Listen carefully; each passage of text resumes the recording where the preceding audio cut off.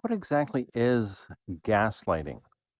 Well, first, the term comes from 1944 Ingrid Bergman movie titled Gaslight.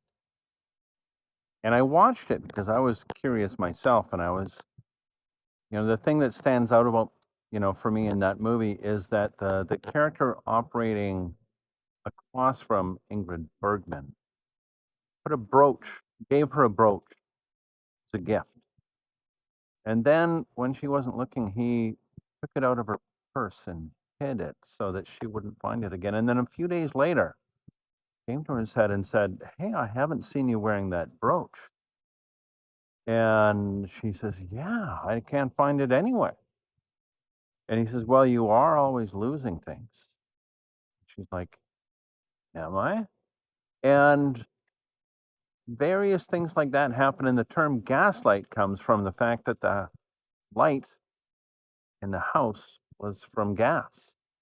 And he would leave the house and he would go up and find a way into the attic from an adjoining roof. And from there, he would creep back into the attic because he was searching for something of great value up there. And when he turned on the lights, turned on the gas in other parts of the house dimmed. And sometimes there were noises up there. All of this was slowly driving the Ingrid Bergman character crazy. I won't ruin the climax for you, but let's just say gaslighting somebody means that you're being manipulative, that you're being indirect. It's one of those things where, if when you're damned if you do and you're damned if you don't in a relationship, where you're wrong no matter what you do, that would be gaslighting.